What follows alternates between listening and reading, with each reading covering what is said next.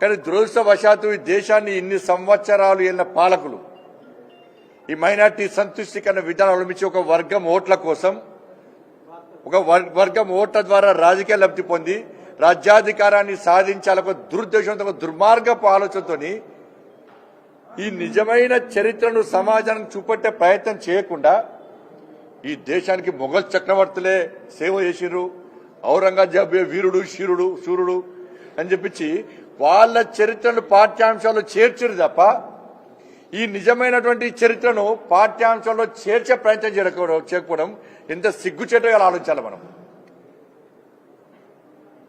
ఔరంగజేబ్ గొప్పోడు, మొఘల్ చక్రవర్తులు చాలా గొప్పోలు. దేని గొప్పోలు?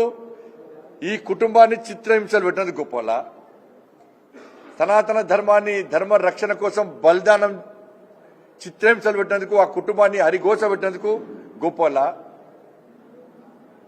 లాస్ట్కు జుట్టు పన్ను కూడా విధించినందుకు గొప్పోలా.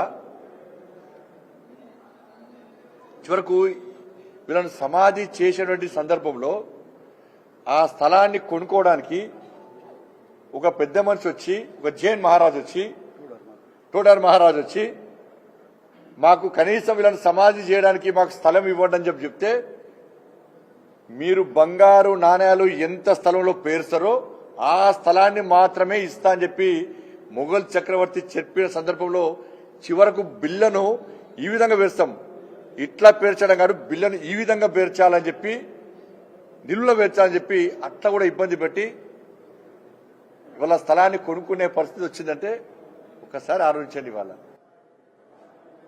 దీనికి కాంగ్రెస్ పార్టీ సమాధానం చెప్పాలి, పొలిటికల్ లీడర్స్ పొలిటికల్ పార్టీ సమాధానం చెప్పాలి.